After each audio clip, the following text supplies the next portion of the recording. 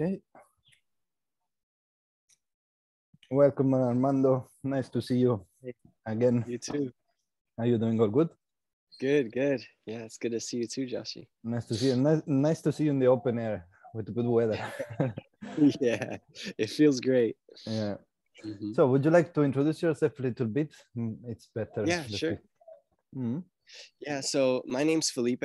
I'm living in New York, upstate New, or people out here don't call it upstate New York, but I think it's upstate New York. We're going into in a the debate. Hudson Valley. Okay. Yeah. In the Hudson Valley, where things get really cold in the winter and absolutely beautiful. People come from all over the place to come to this area for the nature that's out here. It's really gorgeous out here in the summer and the spring and the fall as well. And I've been practicing with you for over 9 months now, I think, on the 4th level. And the experience has been, it's hard to put it into words. It's been very powerful, very opening to so many things. You know, the one thing that I've held most precious about the practice is the sense of calm that it's allowed me to achieve in everything that I do.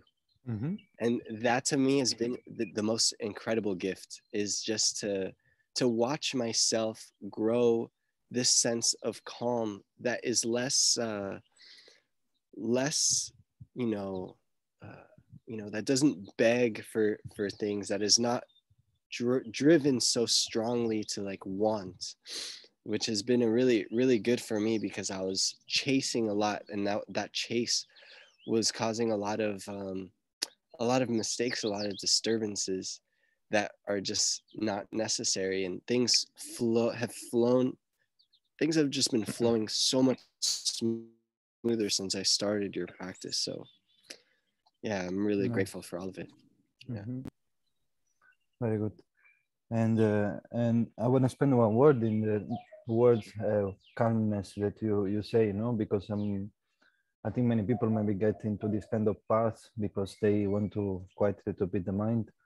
But then I think maybe what comes out from this kind of practice is a sort of attentive relaxation, which can stay throughout our life. It's not like a psychological calmness, but it's more like being relaxed and attentive and being able to actually take it into your daily life, which is the most important thing, because otherwise if we isolate through the from the world when we do a practice and then we go into the world that we are completely screwed up, there's no point of the practice itself. The outcomes of the practice, whatever it is, even energetically, they have to show up in our daily life, otherwise something is missing.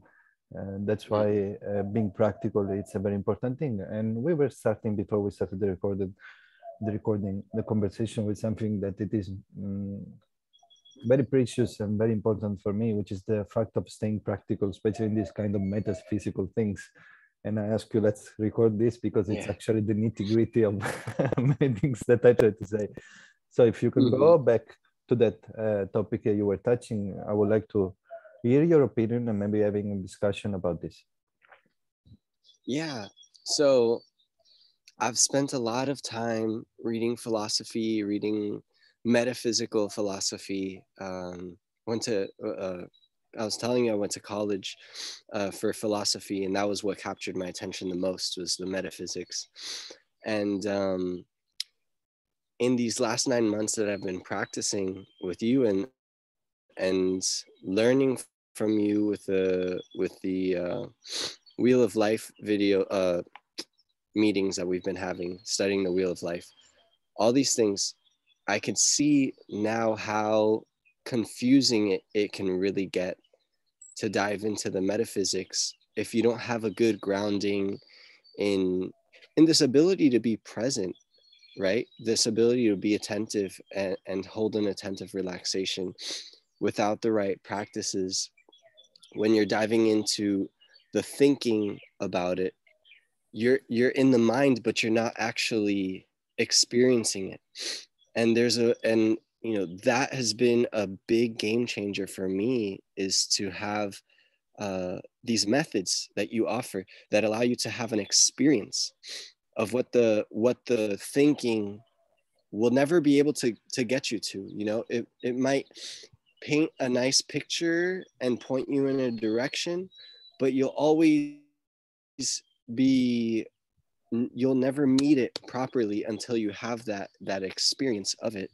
Yeah. And so I've been able to take the practice, and now rather than go from the metaphysics or the thinking or the theory about the experience, rather than going from the thinking to the experience, going from the experience to the thinking, maybe both is necessary, but this way around, from the experience to the thinking, It's better. has made things a lot more clear. Mm. has cleared up a lot of confusion, has allowed me to find a certain center that I did not have for years and years, practicing and reaching for that center. I did not have it until I had the proper methods and the proper teacher to guide me there. Mm. Um, so one of the things that recently, if I can ask, is one of the things that I've recently been working with is playing with this balance and finding this balance in the practice itself that allows me to tap into a certain quality, a certain perspective, a certain um, attentiveness that's between a surrendering and attentiveness. I guess relaxation and attentiveness. What does it take to really find that space within yourself? Practice. Practice. Let's practice. I think It's everything you said, it's spot on in the sense that I'll go back to what you said, just that I share my point of view about it. I think it's vital that we fix ourselves before exploring other human possibilities. And the problem is that when we read about mystical things, all those things, I think there is a big issue there already happening, because the words, even expressed by people who have certain experiences, are not the things, are not the facts, are not experiences. They are words. Like if I say phone, mm-hmm. it's a phone, but it's not this phone. You see what I mean? Uh-huh. If the words are pointing, never the thing itself. So Mm-hmm. it means that also are subject to personal interpretation, which means fantasies, no imagination. So Mm-hmm. you're looking to the report of somebody and you put in your images on it based on your past experiences, on your way of seeing life, on your ideas, and you create a new world where you get lost in it. No, that's why the more I grow into the path, the more I realize that the best thing is just to practice and shout my mouth, because there's no point of talking too much about certain experiences, although it's nice to share them so that people know that it is possible, you know. Mm-hmm. Apart from that, what I believe is that if we don't have stability, so what you say, the calmness, no, the ability of being relaxed and attentive, it's easy to be misled by experiences of life, because we don't have the stable ground to see things properly. So we might embark into some kind of false ideas or false experiences, and we think that that's the direction. But actually, the only direction is just to be attentive and relaxed all the time. Yeah. So Yeah. it's the way in. And then the other thing that I would say is that most of these paths are external, in the sense that we try to read through a book an external explanation of something. Mm? And or a system or a cultural belief about the way that the world is built, underworld and heaven, hell, all these kind of things. So it's an external investigation. What I found out in my personal life was that it is that it is better to investigate the person who is searching for this kind of explanation or deeper meaning of life. That's why I decided with you guys and with everybody who wants to join to do the Patreon meeting, no, once a month, to explore the wheel of life, which is a tool that I've been given from my other Buddhist teacher, and which worked for me in the sense that it really gives a clear explanation, in my opinion, of how we get messed up with the perceptions and with the whole process of experiencing. That's why, you know, as I try to be a good teacher in the sense that, you know, if everything works for me, I want my students to be free. Can you hear me clearly? The connection is fine. Yeah.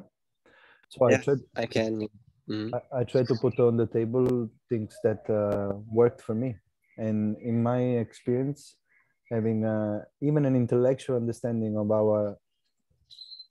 the nature of the mind, which is a contradiction because we say that words will not fix the problem. But even having that kind of self-inquiring method that really goes towards the beginning of perception in ourselves, plus a method that can help us to actually dive into it practically, I found myself that these two things are the best options in my what helped me.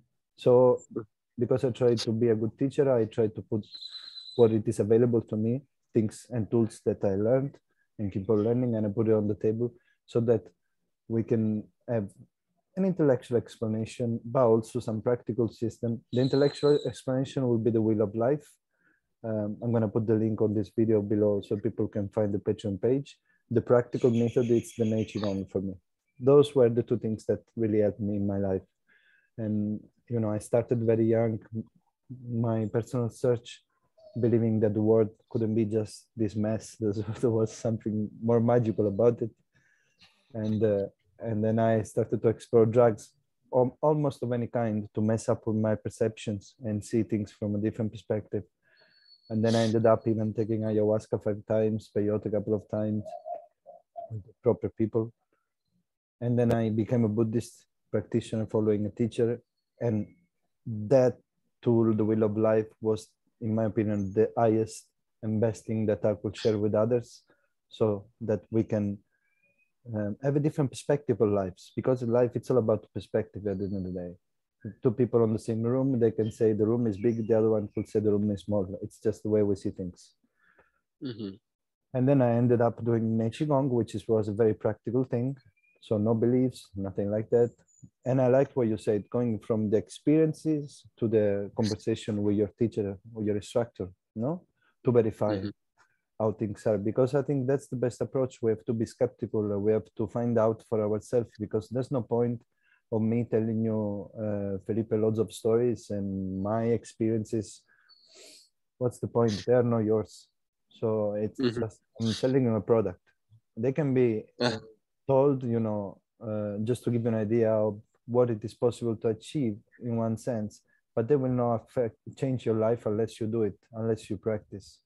And I like your attitude where you said, now I'm seeing that going from the experiences to the intellectual talking, because also verifying with somebody who has tried certain things help us understand that we are on the right track.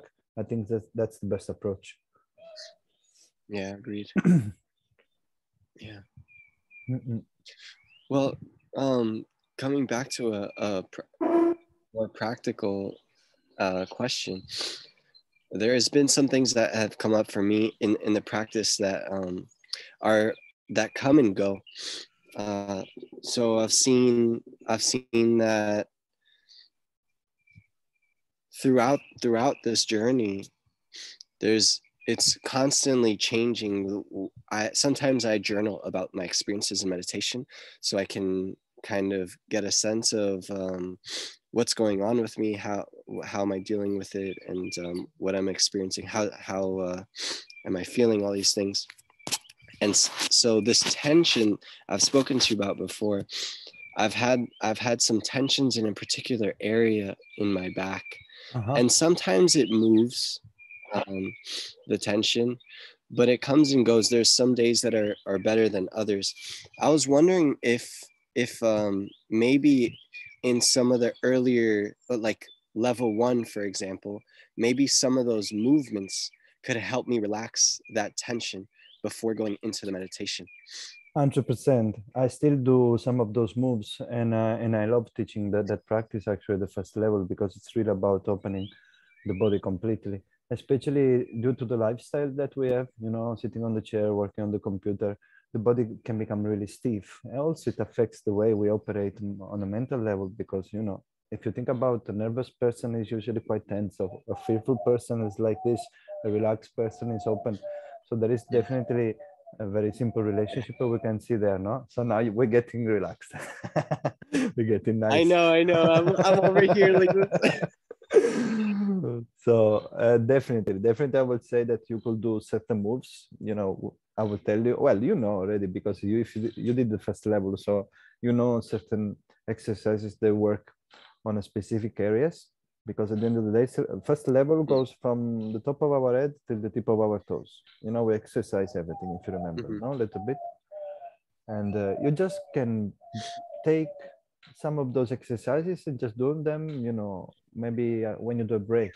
I'm working on my computer. After 1 hour I work, I stand up a little bit, I do few pieces. You know, I can really feel the benefits. I do it. And even sometimes, even if I'm sitting, I'm moving a certain way, because I can really feel the bones crackling when I do these exercises, even when I practice the full sequence. So I am opening segments of the body. So yeah, you can do it. So I'm assuming that's something that you're attentive to throughout the whole day, yeah? Is where there's stiffness and how to move that. Yeah. The real, I guess the real deal, it happens when we start to become aware. We bring the awareness of the body that we have during the practice, during our daily life.